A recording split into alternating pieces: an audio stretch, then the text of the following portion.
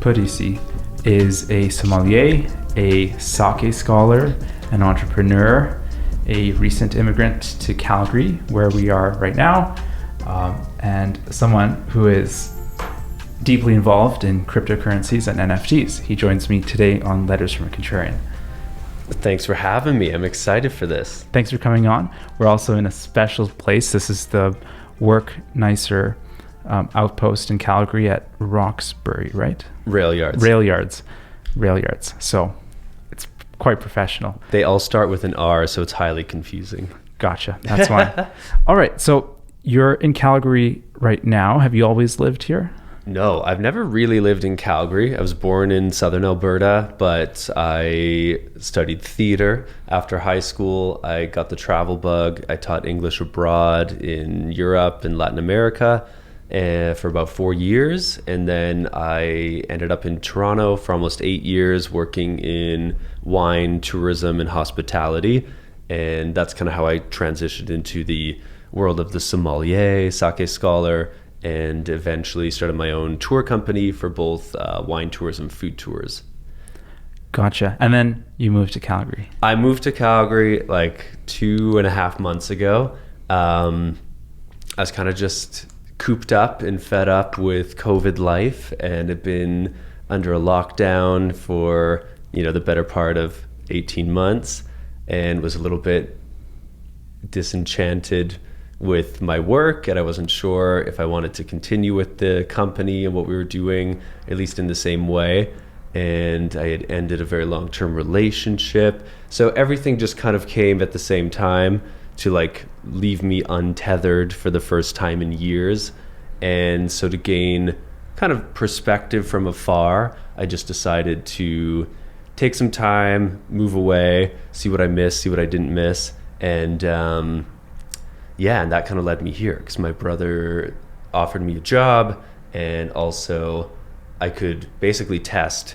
Part of our tour company, we shifted into virtual events. So we've been doing a ton of like virtual wine, sake, chocolate, coffee, whiskey tastings, cocktails. And really that's all been virtual for the last 1.5 years. So even though I was stuck in my apartment, I could have in theory been anywhere. So this was a great test of the infrastructure to see, could this all be done without me being in the city of Toronto? And so far it has worked. So that's good. Yeah. That's very, very good to hear. What was the first cryptocurrency that you bought? When did you buy it? And how did you decide to buy it? So I bought Ethereum first.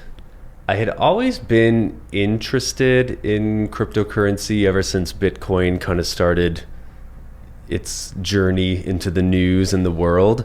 But I didn't really, from like an economic sense, understand why Bitcoin would be valuable when I was younger. And then in the last bull cycle, like around 2017, I was like, I should probably buy some. And then, I don't know, at that time, all I wanted to do was travel everywhere. And I just didn't put the money aside. So I'd always been curious, but never really dived into like what it meant and how it all worked and why it was important. And then another sommelier that was working for me, he sent me an invoice and he's like, you can also pay in Ethereum.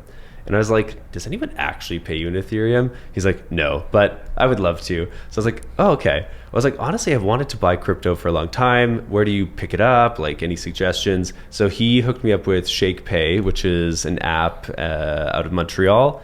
And that was, I think I put $750. I put 400 or so into Ethereum, and I think 300 and change, 350 into Bitcoin. And then I just kind of watched it grow. And this was like last November, December. So only about a year ago. And this was right when this kind of big bull cycle was starting. So I think Ethereum was like $600 at the time.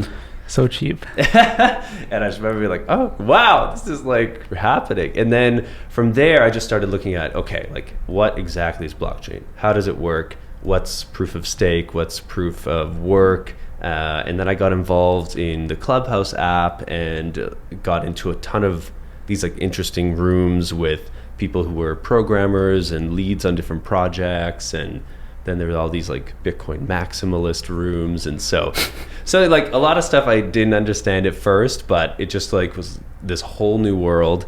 And so as I kind of started to understand those fundamentals, I went down deeper and deeper and deeper. And yeah, but why ETH versus Bitcoin? I thought ETH was more interesting because it actually had a function.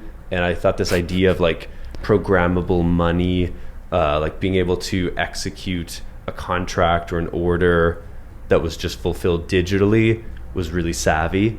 And that's what kind of like ticked in my mind as being so cool. And then it just, you know, kind of went from there. So the way that you learned about Ethereum and Bitcoin and stuff was first you bought it, you put some skin in the game, and then you dove deeper into the concepts underlying it, and you joined Clubhouse to chat with people. Yeah, like a lot of things just kind of seemed to converge at the right time, because it was COVID. I had a lot of free time in the evenings where I would usually maybe go with friends, socialize, do work. So that's when Clubhouse was this kind of great connector for me. But yeah, I bought some first. I remember specifically asking, I was like, is it a good time to buy?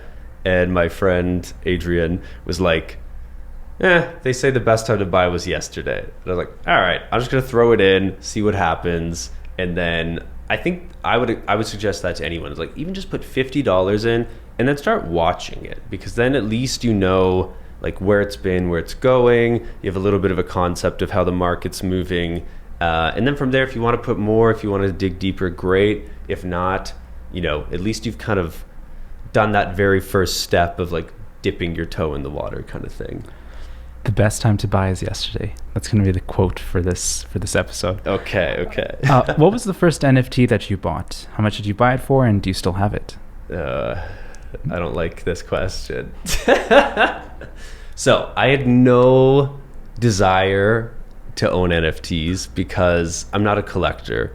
Like if you know, some people collect movies, action figures, vinyls, whatever it is. I've never really had that mentality, especially because I moved a lot. So I was always just like, if I can't carry it in a suitcase and a backpack, I should own it. And so the idea of collecting anything didn't make sense. And I ended up buying an NFT simply because I was involved with this kind of group of people on Telegram who chat about crypto and have ideas. And one girl was like really into NFTs. She still is. And she's like, you guys, this is a really cool project. It's on pre-sale. You know, it's hard to get in on pre-sale on these things, but I know the guys, it's going to be legit, I think. So it was like 2 a.m. in the morning. I was like, I should go to bed. But I was like, you know, I'm going to just ape into this, pun intended, because this was the Bored Ape Yacht Club. And I got it for 0.06 ETH, which at the time was worth about $220 US. First NFT. So I was like, okay, this is cool, kind of cute. You got the randomized thing, came out, and then again, I was like, I don't know. I didn't think I'd sell it because I was like, oh, this will just be like my first NFT, you know, and there's some sentimental value to that. And then I kept getting offers on it as it was going up in value. And so a few months later, I got an offer for, I think, 3.6 Ethereum. So, you know, I think it was about 12,000 or 14,000 in value at the time, US dollars. So that's like a pretty good return on a $220 purchase. And at the time, I had really no concept of like where an NFT project could go in valuation.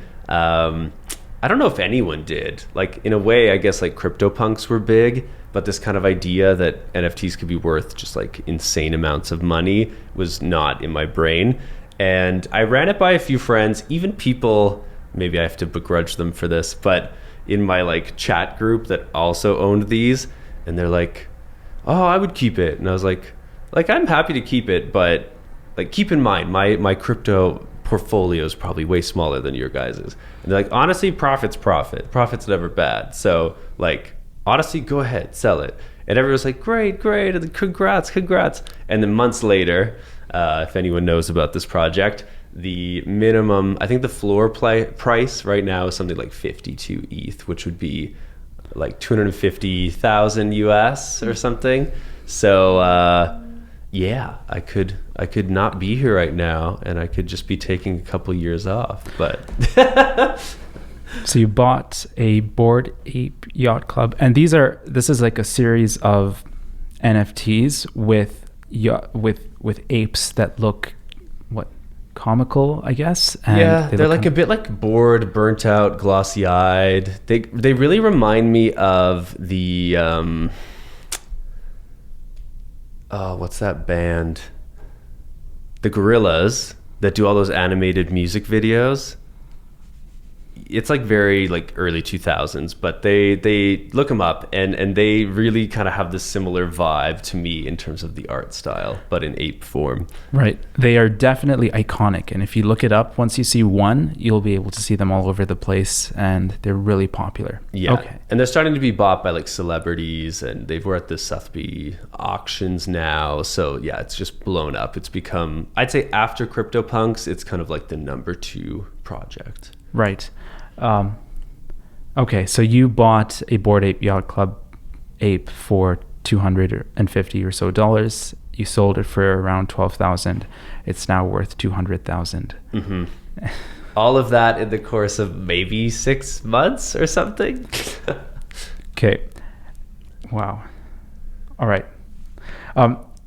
Could you explain quickly what? If you guys, anyone listening, if you guys just want to donate money out of pity, feel free. I'll put up my Ethereum wallet address.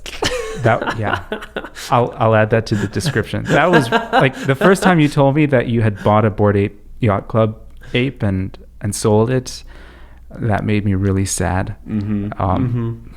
Like, sure, profit's profit, but man, I recently bought my first NFT 2 days ago. Oh, congrats. Thank you. On Saturday. Cost like $600 in total. From the Apex Optimizers thing. My friend IJ McCann, who was my last guest on the podcast, second last guest, he was one of the designers who built it, so I thought, why not? Yeah, good place to start. So how do you tell how you seem to be involved in NFTs before they blow up? Like, how lucky are you to have found out about Bored Ape Yacht Club before it went to the moon? How do you find which NFTs you want to invest in or buy, and what attracts you to them? So I'd say like no one truly knows if anything's going to blow up in value, but buy something that you actually like the art of if you want to keep it. Like there's definitely a way where I think like this last summer, you could almost just buy any NFT at floor price, or not floor price, but like the mint price. And then within the next few hours or days, people would try and buy into it, and you could probably flip it for a profit. I don't think that's necessarily going away, but I think there's definitely a saturation of the market now where that may not be as easy. So what I would always suggest is like, is the art cool? Does it look good? Although that doesn't always mean the value is going to be there, because there's some things that actually, in my opinion, of course, art is subjective, but don't have like great art, or it's just pixels and they still hold great value, right? So, or rather they have a higher price. Yes. But the thing you'd want to look at, I think, is just like the team. And is there buzz? Are people invested? As simple as check out their Twitter, check out their Discord. How many people are in there? Are people excited about it? Is there like a ton of people doing this on pre-sale? What are they going to do to add value? Like after it's been sold, are they creating a video game? Are they creating merch? Are they going to be doing a NFT drop for holders? Is there some sort of like kickback? Because I think anytime you build community, that's where the value lies. Like the art itself, sure, can be beautiful or interesting, but it's really about the community and like convincing all of the people holding those NFTs to continue to hold them. Mm-hmm. If that makes sense. Yep. So you look at the community around it to see if there's going to be an increase in price over time, because that's the fundamental value that comes with an NFT, and that's what makes it a bit different from a pyramid scheme too. It's that there's like a continuously generating community at the base of it. Yeah. And like sometimes you just don't know. Like if you look at Cool Cats or Pesky Penguins, Cool Cats is on ETH and Pesky Penguins on Solana. But like art wise, Cool Cats is cute, but it's like just hand drawn, and Pesky Penguins is like pixel art. So it's really hard to tell at the beginning. You're like, well, it's pretty simple art. It can't be that hard to make, but that doesn't always matter. It's really about like, are people wanting to use these as their avatar online? Does it give them some sort of pride? Do they feel part of the club?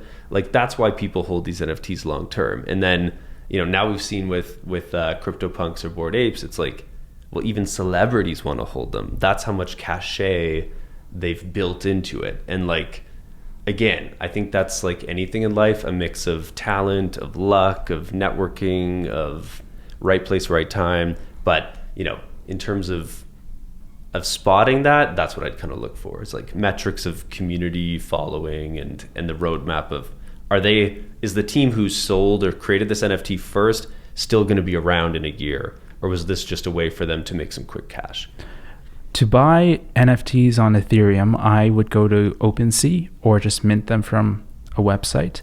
What about Solana? I've never heard of NFTs on Solana. So often, if you're going to buy it from the original mint or like the project itself, they'd usually have like an initial drop. They'd have a website. You'd connect your wallet and you would have it minted right into your wallet. In order to resell, there's a couple platforms.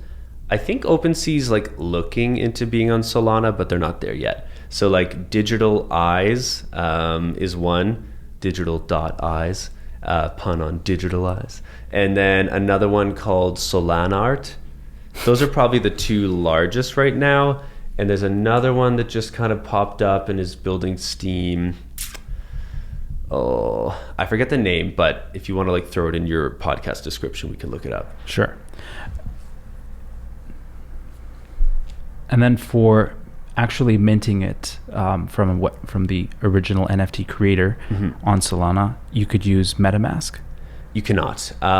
Probably the most popular wallet right now is Phantom. Solid Wallet was like the original one, but it's got like this super basic interface, and most people are kind of steering away from it. There's called Solflare, I believe, is another one that is quite good too. Okay. And a few of those are kind of working on cross-chain. So I think Phantom is looking to cross-chain, like have cross-chain capability between Solana and Ethereum. I don't know if it's just too much work or they're not like quick on the uptake, but I'd be shocked if OpenSea and MetaMask didn't want to get their foot into the Solana ecosystem. But I don't know. I'm not an expert on that. Other than buying NFTs and buying Bitcoin and Ethereum, what other projects have you been involved in?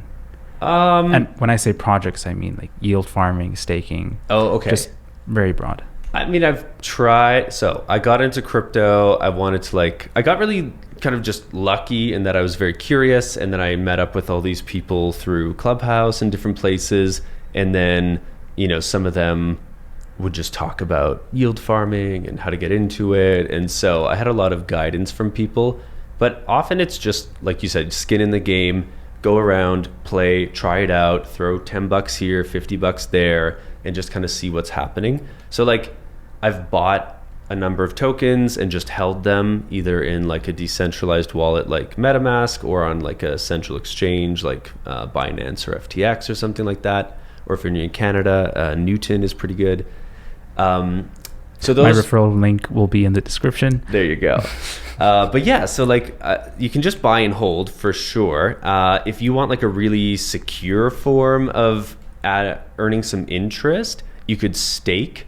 Single-sided staking allows you to basically tie up or commit your tokens to be used for like mining or validating typically, and you get somewhere between like maybe 6 and 12 or 20% just interest, which is better than most kind of traditional mutual funds or saving accounts for sure. And other than the value of that asset fluctuating, which it's going to anyway, there's no risk. There might just be like a lockup period of 30 days, 90 days, 48 hours. So that would be like one thing I've participated in that's quite good. Yield farming is kind of like that, but a little bit... Hold on, we can just move the mic a bit. Where do you want it? To your left and then closer towards you. Like that? Yeah. Okay. Yeah, good. Sure? Yeah. Sounds better? Yeah. Awesome. But yeah, so the yield farming is the same kind of concept. What you're getting rewarded for is essentially providing liquidity. So you'll take two assets, any two assets really that have a liquidity pool for them. So let's say Solana and Ethereum could in theory have a liquidity pool. And then what the liquidity pool is there for is that there's no bank in this scenario. You know, when you and I go and we are like, hey, I need US dollars, I need pesos, I need whatever, the bank provides that service to us. But when you don't have a bank, you need some way to do that. So in what we call DeFi, decentralized finance, you have the liquidity pool, which means all these different people have decided they'll commit some Solana and some ETH into this pool, and then it allows for quick and easy swaps using an automatic market maker, or AMM. And so it's basically just fulfilling this like order book that would happen traditionally of like traders or stock traders trying to do these trades, but it's all done with a decentralized system using basically a little like algorithm to shoot it out. And then every time you do that, there's a little bit of a fee that gets collected, and then that gets distributed to the liquidity pool, like providers, donators. Yeah, or not. They're not donating. Providers. Yeah, and so for this, like you're getting rewarded again with the fees, and usually the pool will have some sort of like annual percentage of gain that can change quite a lot quite quickly. So some of them that are more kind of big tokens like ETH and Sol that a lot of people own now are like maybe 27% annual interest, which is still quite good. But compared to most stocks and the S&P 500, 27% is spectacular. Yeah. And then when you get into like a new token, like sometimes they use this as basically a way to distribute a new token. So they say, okay, 30% of our total supply is going to get distributed through yield farming rewards. They might at the very beginning of launch have these crazy percentages like 3,000% annual or 300, whatever it is. And obviously that's not going to last forever. Like there's a very steep kind of drop off. But if you said, if you're willing to play this game, you go in, you throw in $10,000 at 3,000 annual percent, you can be making, pretty good money on the daily. And then after a week or so, maybe you pull that out and like put it somewhere else if you want to just chase down these pools. But yeah. And to be clear, so the way that people are taking advantage of yield farming when they are releasing a new token is they get people to buy the token and then put it into the yield farm so that people can exchange Ethereum for that token. Yes. Okay. Yeah, so let's say I had a new token called Fun Token. This is made up, but there probably is one called Fun. That's true. There probably is. If it's your token, I'm sorry. But yeah, so you could say, okay, we're going to distribute these Fun tokens. We're going to put them on the, let's say, SushiSwap on Ethereum as the place we want to kind of run this liquidity pool and distribute them. And then people would have to buy and commit equal percentages, usually 50-50, of, say, Fun token and Ethereum, or maybe a stable coin like Tether or USDC. And then those would go in, you would get paid out in typically that, like either sushi, if it's on SushiSwap, or Fun token, or maybe both. Like these are the ways they would distribute it. So you would be getting Fun token as a reward, and then the other things would still be in the pool, but then you pull them out when you want. word of warning, look up impermanent loss. The way these pools work is that like if the value of each asset fluctuates, they will equalize themselves. So if you put in, 10 Ethereum and I don't know, 10,000 fund tokens, if Ethereum went up 50%, it would in theory sell Ethereum and increase the amount of fund tokens in the pool. So when you pull them out, you'll get less Ethereum and more fun. So if the value of these two assets don't change or both increase around the same pace or decrease around the same pace, you'll basically get out what you put in. But if one highly changes versus the other, you'll redistribute which tokens you're getting. So you're never really losing. I mean, the same amount of money that you put in is what you will get out, but the distribution in terms of the token that you get the money back in will be different. Yes. And so like impermanent loss is almost like the difference between what you have now versus if you had not done that. Because like if Ethereum went up wildly and then you pull those out, now you have less Ethereum. So then you would have to calculate, did the increase in fund tokens and your yield farming rewards outpace if you had just held Ethereum and fund tokens in a wallet and didn't participate in the yield farm. Right.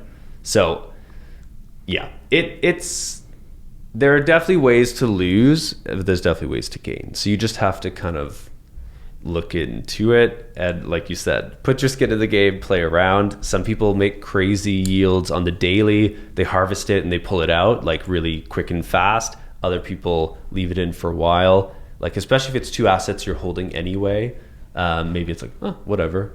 If I get more of this, more of that, either way, it's almost like dollar cost averaging back and forth. I've heard all sorts of debates for why you would or wouldn't, but it's an interesting world. It's an interesting concept. How do you yield farm?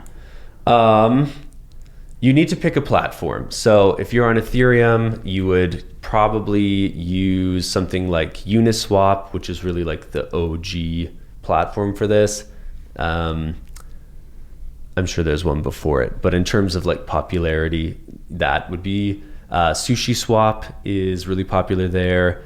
And then like now you're starting to see it on all sorts of other platforms, but like Solana, they launched Radium. That was probably the first yield farm, but now there's like Orca, there's Tulip, there's Solflare, there's Francium.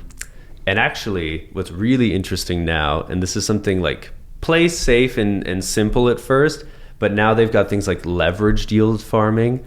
So you can actually like leverage your farm by 1 to 3 times and basically try to like, increase your output with less initial assets. So yeah, it's a crazy world. It's like stuff that I can't even keep on top of it all. It's just like, but It's so cool. Okay, so let's say we've picked Uniswap as our platform. Mm-hmm. What do you do then? So what you'd want to do is first you need to set up a MetaMask wallet or some sort of other wallet that's compatible with Ethereum. Okay.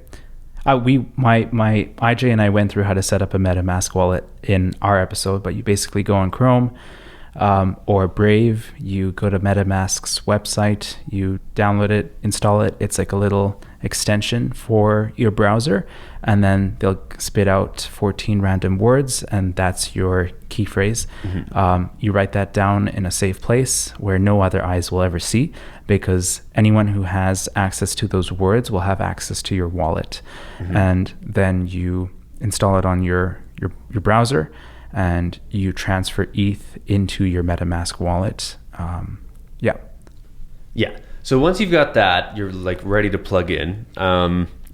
Full disclosure, I almost never use Uniswap. So let's just switch this to SushiSwap. Sure. Just in case there's any misinformation. But in theory, kind of the same thing.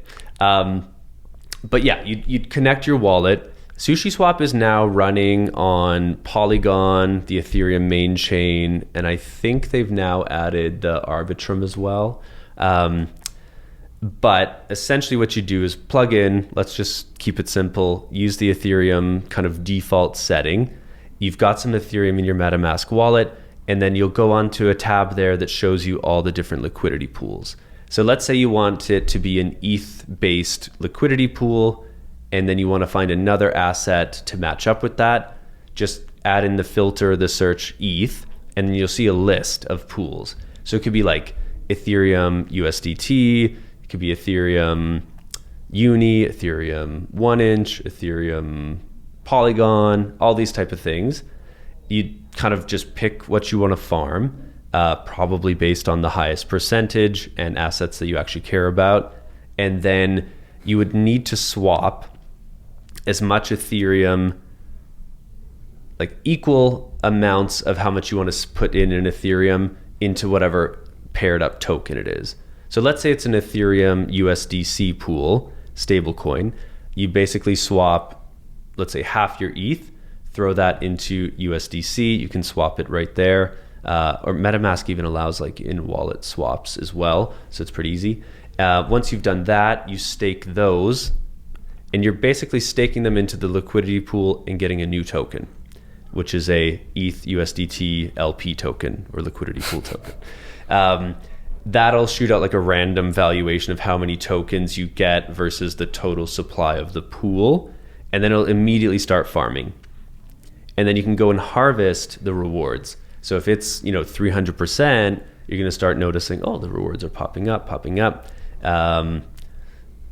You do pay a little bit of a gas fee though to extract these rewards and to unstake and to stake. So Ethereum right now, the gas fees are so high that more and more people are looking at alternatives like the Polygon chain or Solana or other things like that in order to do it. But hold on, before we go on, when you get your rewards back, do you get them in the LP token or in Ethereum or in? Usually the farm will say. So you would probably be getting a portion of that in Sushi and a portion of that in whatever token you're farming.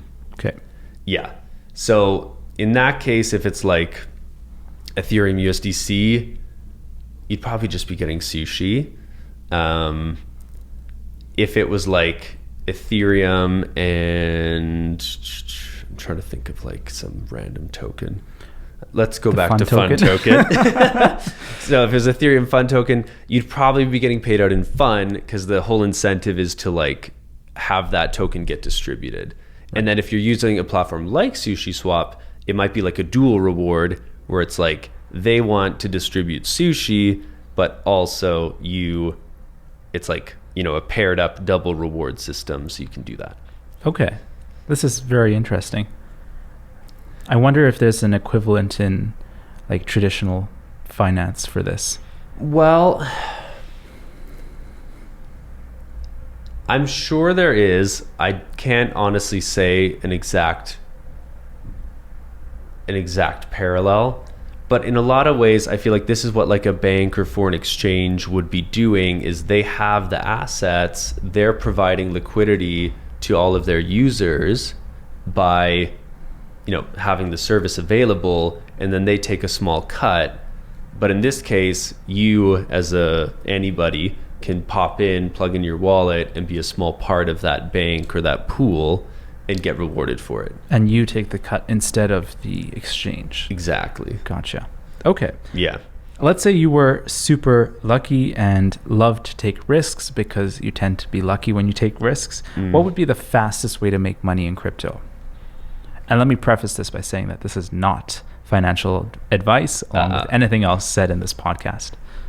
Yeah. If you couldn't fail, if you had a magic ball, I think you would have to use leverage. And the way you could do that is usually with either a centralized exchange like Binance, Kraken, FTX. What you can do is say, okay, I have $10,000 worth of total assets, be that stablecoin, Bitcoin, Ethereum, whatever, and they'll allow you, let's say, up to 10x leverage, meaning you could take out kind of a loan of up to $100,000, and you could basically say, okay, I'm pretty certain Ethereum's going up from its current price for the next 3 months, I'm going to leverage and take, you know, a $50,000 Ethereum purchase of money I essentially don't have. You know, this is a 5x leverage. Yep. And then if it goes up, you get all the rewards. But if it goes down, you have to pay back what you borrowed, and therefore you're in the hole. The $100,000 that you borrowed. Exactly. So they'll automatically take your $10,000, but what if you don't pay back the 100,000? There's usually like a liquidation level. So let's say Ethereum, just for sake of simplicity, is at $4,000. If it goes up to 4,500, and you know, if you leveraged 100K, I can't do this mental math, but you would basically be getting $500 extra on top of every Ethereum you would have got from that purchase, and you pocket that profit. On the flip side, if you close at a loss, you would lose that 500 if it was like the equal downside. But you know, looking at you only had 10,000 worth of assets, they would basically just start selling those assets and acquiring it all to pay off your debt. And I guess they wouldn't let you buy on the platform until you had paid off the... Well, realistically, they'll seize and liquidate all your assets like before the asset drops to a point that you'd owe money, if that makes sense. So like if Ethereum went down to a certain level and you only had 10,000, like basically they'd only let you go 10,000 in debt, and then all of those assets would just disappear and they'd take them. Okay. So that's why it's absolutely frightening. Just like, you know, don't play around with this dangerously. But the question was, if you were really lucky and you could get anything, that would be the way to do it. Right. I see. Leverage trading. Okay. I will not be doing that. Yeah. Okay.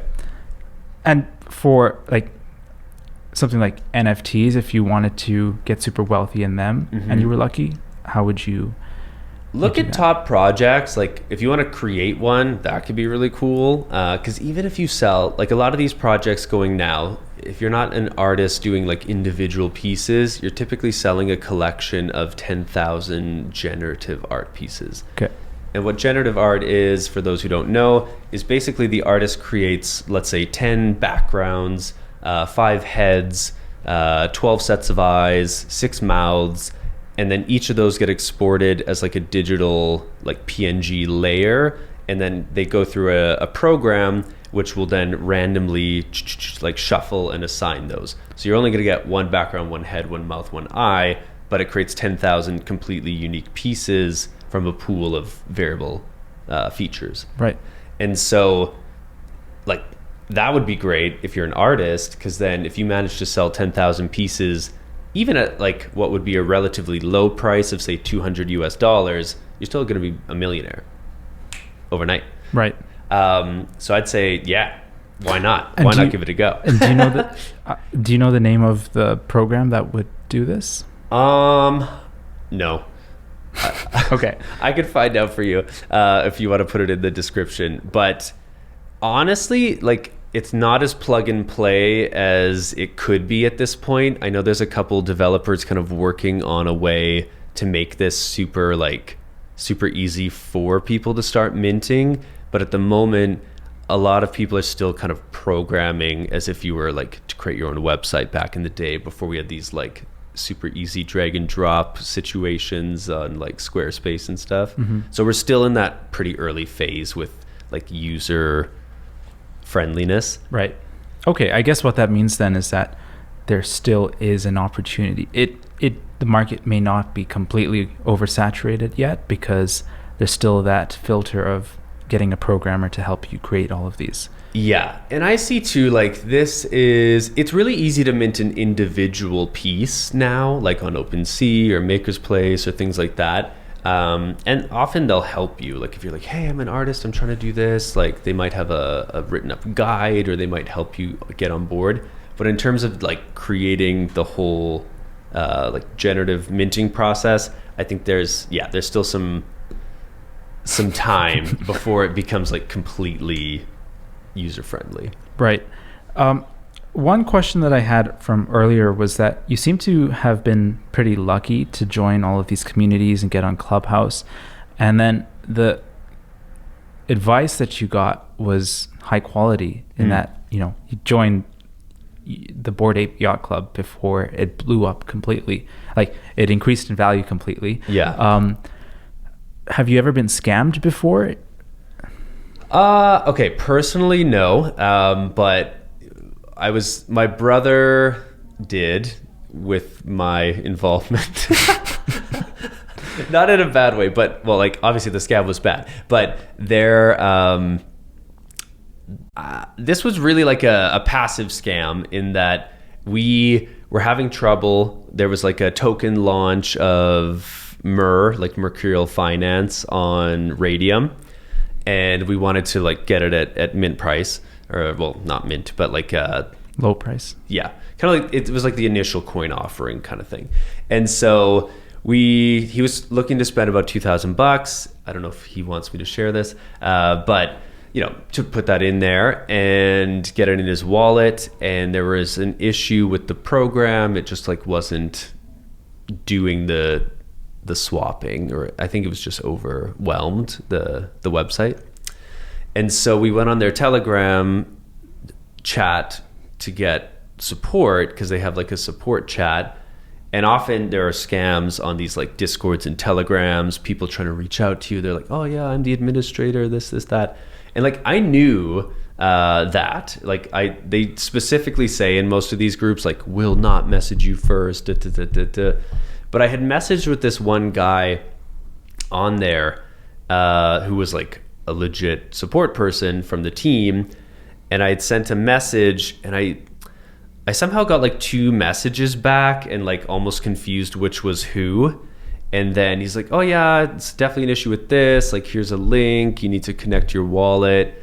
And I wasn't seeing what my brother was seeing. I was just kind of this intermediary? Yeah, intermediary between the two, where I'm kind of asking questions to support and then sending the info to my brother. And it was essentially a scam. And it was a thing where you're supposed to link your wallet, and not thinking, put in his seed phrase. And I was no! I was if I knew you were going to do that, I would have had this huge red flag. But until that moment, it was just looking back, it was stupid. But just be diligent is what I'd say. There are definitely people trying to screw you over and make quick money.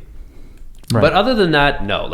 I've never been rug pulled on a project or anything. But it all depends what kind of risk and how much you want to play.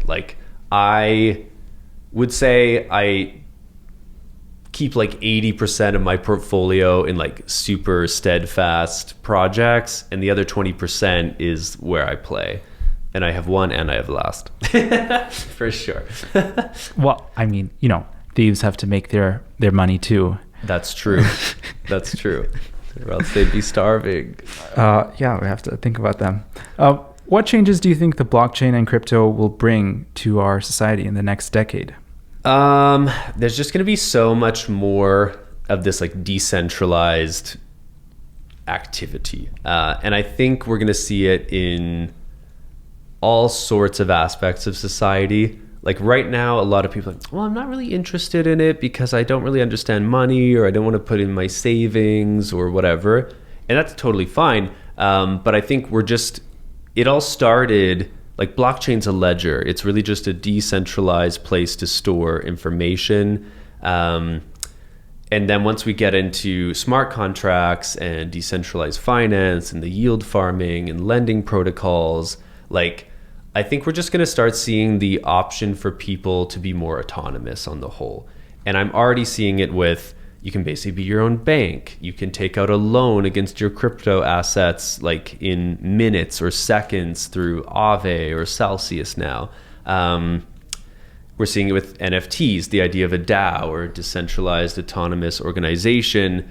It's basically a group of like-minded, hopefully, people getting together, making decisions, probably not from the same country or ever meeting in the same room, but they've got a common goal and a project, and this is how it's going to be engineered. So yeah, short answer, much more like autonomy and decentralization.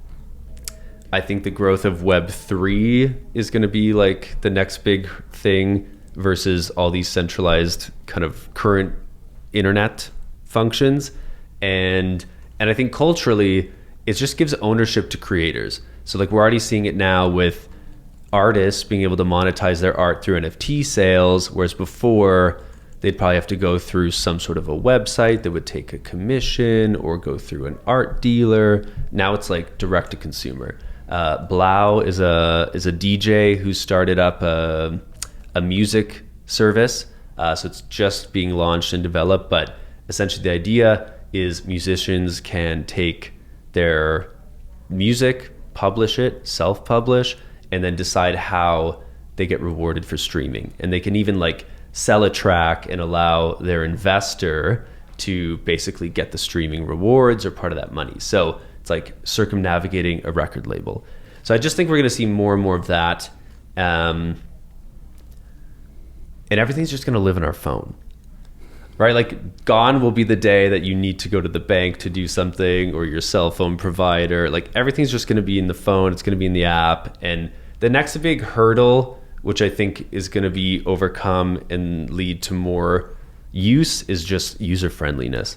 Like when we talk about all this stuff on the podcast, like probably 50% of it sounds like garbage. Like like all these terms and all these things, like there's just like a really high barrier to entry right now because it's like so much unknown and the programs are unfamiliar and maybe a little confusing. The risks from each one is confusing and the jargon that's used is confusing. Exactly. Yeah. So I think what we're going to start seeing is like companies or projects that basically say like, look, the fundamentals are the same, but you don't need to know, nor do you probably care, but the functionality we're going to build on top is a veneer, and people are going to start using blockchain without knowing they're using blockchain. Yeah. Like who knows how a computer works or how the internet works? You just know that it works for you. Exactly. And that you can do whatever it is that you want on the internet. Yeah. And that's what the internet is. That's how it exists. It's not a bunch of circuits and electrical impulses. It's the place where you go to transfer money, to watch YouTube videos, to do all of this. Exactly. And then so that it's just basically that being hosted in a new way. Like I think you had talked about Helium on a previous podcast. Cool concept, right? Right now we have a company like Bell or Verizon or Shaw or whomever. They've paid for the infrastructure, they've put out the internet, and we all access it through a membership through those companies. Whereas Helium, it's like a bunch of people can stick up a little thing on their window and basically create internet that no one owns, and you can all tap into it. Like that is the shift we're going to see just in all sorts of different fields. That was from the episode with Steve Paolasini, if you guys are interested in listening to that. Okay, that's good to know. Are there any books or influences that have made an impact on you regarding crypto? I know it's like kind of the typical one, but the Bitcoin Standard is a book that's worth checking out. It basically looks at finance and money from the very early days of humanity, of like trading shells and beads. There's even one really colorful example of how there's this island and all the people on the island knew there were these big stones. And essentially, the stone was mine for a while until you owed me something or I owed you something, and then it would like swap who owns that stone. But there was like, everyone knew how the system worked, and that was kind of their monetary system. So it kind of goes from this like really interesting look at like how we gave value to something and how the medium of exchange was developed, and what makes a good medium of exchange in terms of like the circulating amount, the scarcity and all that. And then it basically goes all the way up to like the current financial system, the development of banks, the gold standard, essentially the abandonment of the gold standard, and why the economist believes that Bitcoin or crypto can then fulfill this new role in a digital age. So like if anyone who doesn't know like why Bitcoin is worth $50,000 kind of thing, this is exactly the book you'd want to read to really understand like the greater sense of how money works. Right. And yeah. So I'd say like that's like a great one just to like get the base fundamentals. Yeah. There's other like books I've read and other podcasts I follow, but none that I like can 100% advocate for. All right. And did you have any final thoughts, and how can people reach you if they want to get a virtual wine tour or learn more about okay. Final thoughts. Just like no matter how you feel about crypto and blockchain, it definitely seems like the future. There's all sorts of arguments against it. It is highly risky, but we're seeing more and more mass adoption from banks and companies, and sports teams are being sponsored by these people. Like it's coming in, and at least the way I feel about it is like I don't want to get left behind. So I think owe it to yourself to at least like take a peek.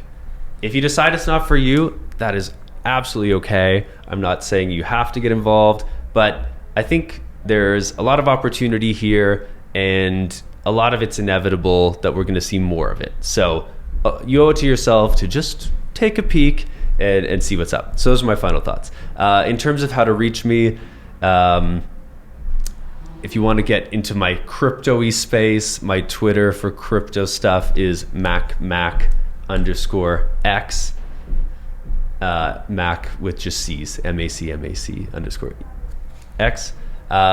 Otherwise, for like wine and fun stuff, my Instagram is traveling som, like sommelier, or my company is New World Wine Tours. So if you want to check out a wine tour, virtual events, tasting events, you can find that all there. Perfect. I will add links to all of that in the podcast description. Thanks so much, Mackenzie. My sincere pleasure. Thanks for having me, Eugene.